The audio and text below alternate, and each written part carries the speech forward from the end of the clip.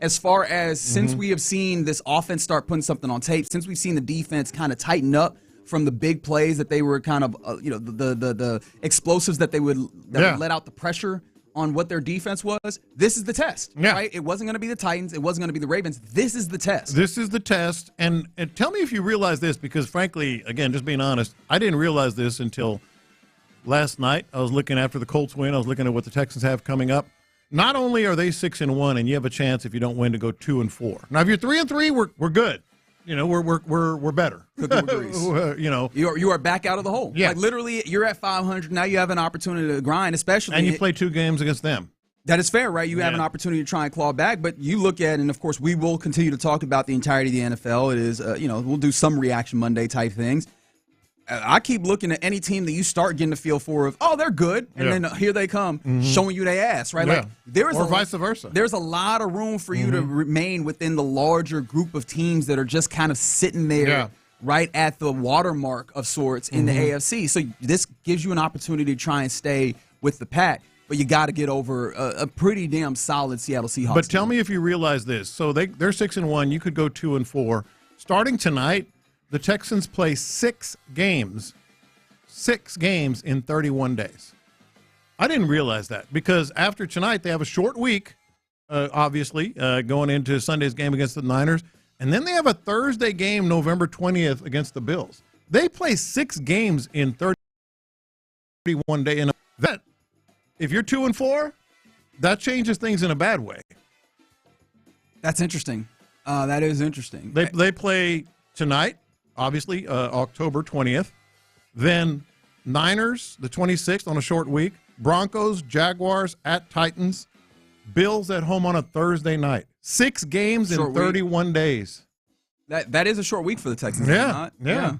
These things, there's challenges that will come on this schedule. And I know yesterday, Friday, I was looking at it and saying there's a lot of winnable on this, but the pressure of the games change a little bit if you are, again, trying to claw and clamor from a situation further behind the pack. Like this one is a big one, both on the field and off, and you'd be lying to try and convince yourself otherwise. Now, sometimes it's okay to lie to yourself. I understand that sometimes you got to get yourself into the mindset and try and go win. Like that's one of the biggest things that we learned from the shutdown times is that we was all watching The Last Dance together and people were like, oh, so you have to be a psychopath in order to be good at basketball. Sure. Yeah. I don't agree with that, but I understand sometimes you got to delude yourself. Like sometimes you got to tell yourself that somebody said something that they didn't in order to get yourself in the place where you need to be. And maybe you look at this and you go, nah, I'm not worried about the Seahawks. I will say that I'm worried right from the 8-3-2. Y'all sound worried, man. F that. We leaving with a dub. What makes you so confident, Texter? And I'm not here to be a jerk. Yeah. I really do want to know. 713-572. In addition to asking what your plan of attack is on this game to make sure that you're up and alert for it, what makes you confident in this game? Because look, I go in a bit.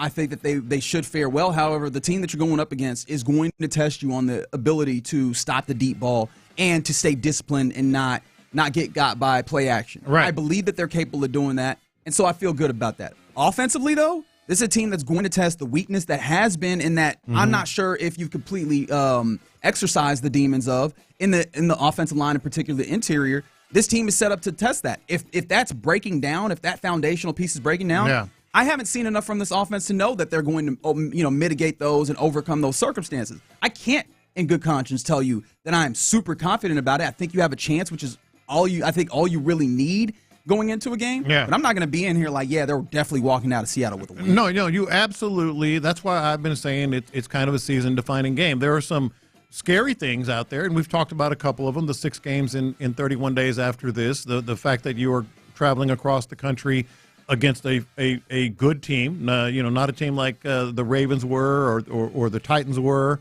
et cetera. There are some other things that obviously should, give you pause, and that is, Christian Kirk, hamstring again, coming off of the big 15-day break. And there's also the factor of what the other teams in the AFC did over the weekend. We talked about the Colts. Hell, that Broncos comeback, that miraculous Broncos comeback, that was the last thing the Texans needed. That was absolutely the last things that the Texans needed. Now, let's talk about how it could be season-defining in a good way. And you just touched on it. This is a legit. There's one of the better teams in the NFC, the better teams in the NFL. You go into Seattle against that defense, and C.J. Stroud keeps on keeping on what he started. Well, then we're feeling pretty good about no matter what the Colts are doing, and other things. If you go in and you are productive offensively, with not just C.J. Stroud, but with Nico getting back on track and or reaching his level, and some of these other guys that are playing in place of Christian Kirk, then we're talking about, all right, we feel real good. Run game. Woody Marks had a couple of weeks off. He's been a bigger part of the run game. That's why I said it's season defining. Season defining doesn't mean all bad. It means if it happens and you get this thing done, then, as you say, we're cooking with grease. 100%. Like, again, I'm with you on the season defining being good. The whole idea of a test is if you fail it, obviously you can feel poorly about it. But if you pass it, here we go, right? You're off to the races. And I think there's definitely, in the same way that those challenges that Seattle poses are there, if you manage to navigate them, especially with some of the places that we're talking about, they probably bode well for the toughness of the schedule that exists in front of you, right? Like if you do manage to handle big Murphy on a defensive line in the middle of that, if you could hold up, well then you're looking even more with googly eyes at the Ed Ingram and Jake Andrews and Juice Scruggs interior. Now you're very much looking at your guy Cole Popovich and saying, I see you, big dog. I see you putting the technique down and making sure that these guys can handle it, right? You're looking at Nick Caley and saying, okay, you've handled this circumstance coordinator. You've shown that you can go into this adverse situation and be able to make it work. And of course, you look at the pairing of D'Amico Ryans and Matt Burke, and you go, here you go once again, putting up a defense that can stop a team from doing something that they excel at. And then obviously for D'Amico, here you go, winning yet another big game for this team, right? Like there's obviously a lot of gold stars that are sitting on the teacher's desk waiting to be handed out. That's kind of the beauty of a game like this. Like you want big games, right? As much as I can come in with a little bit of nerves, these are the games that you'd rather have, I think. Let me put a little twist on a text that the 281 sent. He or she said, Super Bowl aspirations are over if they lose. Let me add something to that. Are they alive if they win? Because I think you can make a case for both. Super Bowl aspirations over if they lose. We said it. You're probably fighting for a wild card. The wild card route has not been good to the Houston Texans. It's just not been good. But if you win, you go into Seattle, and I think they're one of the better teams in the league. I really do. Well, they have been. And you win that game, and you're 3-3, and you're back in the hunt, not just for the wild card, but for the division. And clearly, if you win this game, your offense will have done something, and your defense will have done what it's been doing. Would you agree with that? They're over if you lose, but they're still kicking if you win?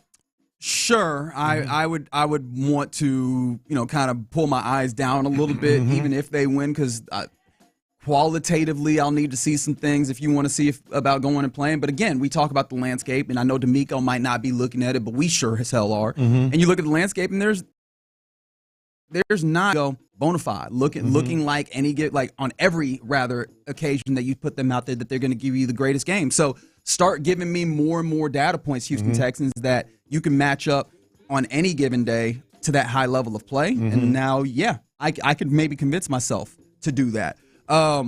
Again, somebody texted in, again, 713-572-4610 to our text line. Let us know various things we are asking about. How are you attacking this game day that's got you waiting for 9 p.m. for a kickoff? But I did ask, and I want to pay this off, I did ask what makes you so confident in the potential for a win tonight, because I don't know that I'm necessarily there per se. Someone brought up one of the things that we've talked about, the Seattle's home record, right? They have not. They haven't won games at home. And it's a weird thing. I don't know necessarily what you point to there.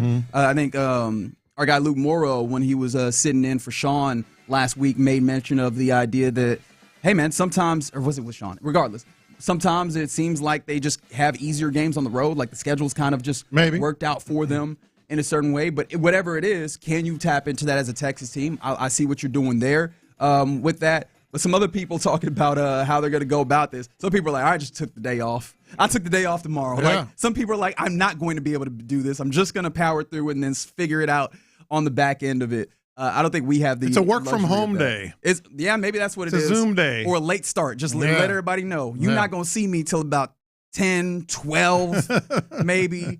I'm just not going to show up just yet. somebody that normally gets to work at 6:30. I'm just glad Tuesday route is light because I'll watch this whole game live. Wow. Atta baby. Atta baby. And some people apparently just raw dogging it. Just, hey, I'm going to watch all the game. I'm going to get as much sleep as I can get, and I'm going to wake up and just go do the job. From the 713, even JJ said during the broadcast talking about the Colts that they're legit. And yeah, 281 agrees. Season-defining game, must win. They even went to a place where they go CJ coronation game. Well, I mean, it's that would make it even better if there was a coronation game for CJ, and that's truly one of the things that is going to be the focal point, not just for us but around the country. Whether it's real or not for him. Excited for this game.